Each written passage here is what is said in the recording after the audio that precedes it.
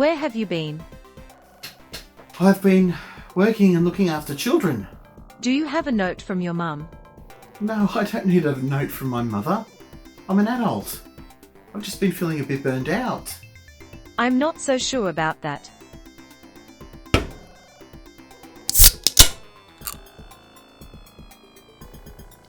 Recently, I had the privilege of beta testing a new MS-DOS game. It is called Team Droid and is a puzzle game made recently by Cyningstan for the 2022 DOS Games August Jam on itch.io.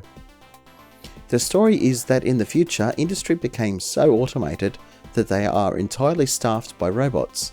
However, without supervision, catastrophe has struck and the factories have been damaged. You've been employed on a short-term basis to clean up the mess. Data cards needed to keep the facilities running have been lost and need to be put back in their data card readers. Because it's dangerous for humans to enter the facilities, you have to do your job remotely. This is done with the aid of a team of robots.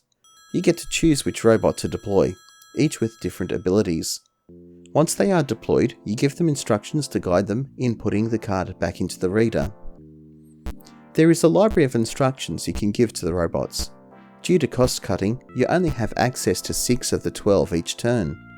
At the end of a turn, this library is rotated, with one new random instruction added and one removed. In addition to this library, some robots have instructions in their ROM which are always available. The robots have a limited amount of RAM, so there is a maximum number of instructions you can give to them depending on the bot. Scoring is basically like golf. You get a point for each turn and lower is better. There are 6 different robots to choose from. Each one has capabilities associated with the equipment it has. Most of them have some instructions they cannot execute due to lacking the equipment required. The first bot, the Strider, has 5 slots of RAM and has the move forward instruction in its ROM. It has legs so it can move laterally. Whilst this robot is quite capable, I didn't end up using it in my playthroughs. The Bouncer turned out to be quite useful for me. It has 6 RAM slots and a spring which allows it to leap forward. This leap forward instruction is in its ROM. Leaping allows you to jump over some objects, but also moves 2 tiles in a turn. The Soldier carries a phaser, has 6 slots of RAM, and the ROM contains the shoot instruction. It is able to shoot bad guys and trigger force field generators to disable force fields.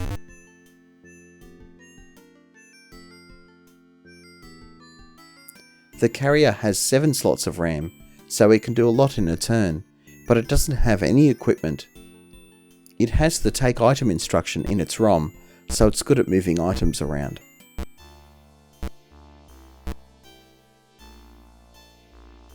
The Thinker has the most RAM in the team with 8 slots, but it pays for this by having no equipment and no instructions in its ROM. This guy is clearly here if you want a challenge. Lastly is the Multibot. This one has the least RAM with only 4 slots. However, it has all the equipment, sporting legs, a spring, and a phaser. This comes at the cost of not being able to carry items, and it has nothing in its ROM. The upside of it is that it can execute almost all instructions. Each puzzle is a single screen with a spawn point for the robot you choose, a keycard, a card reader to put the card into, and some obstacles that will hinder your efforts. Walls are the simplest obstacle.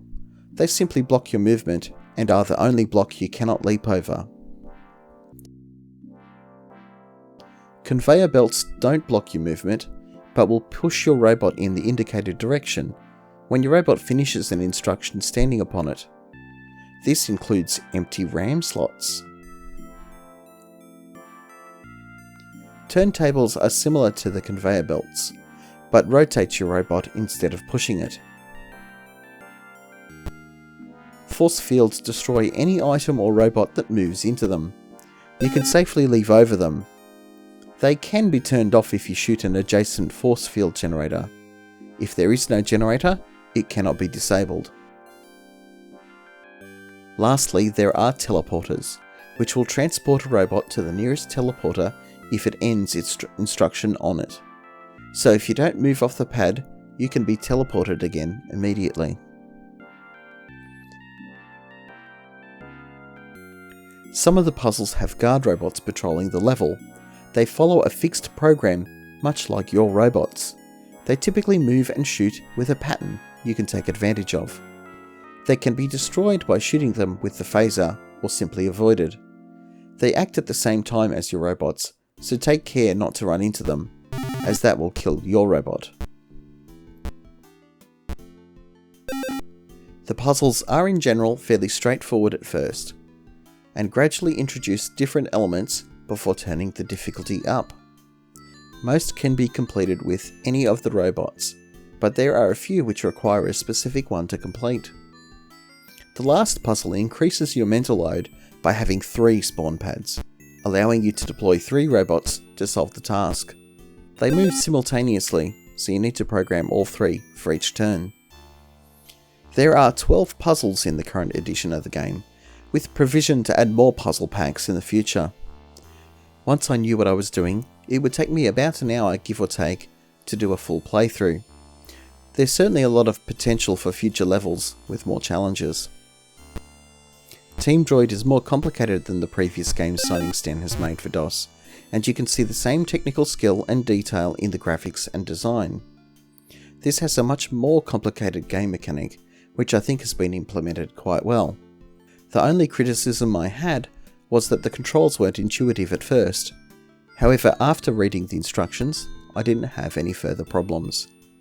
You'll also find a nicely written instruction PDF that I suggest you read before playing. That's all I have for today. I hope you enjoyed the video. Thanks for watching, and I'll catch you next time.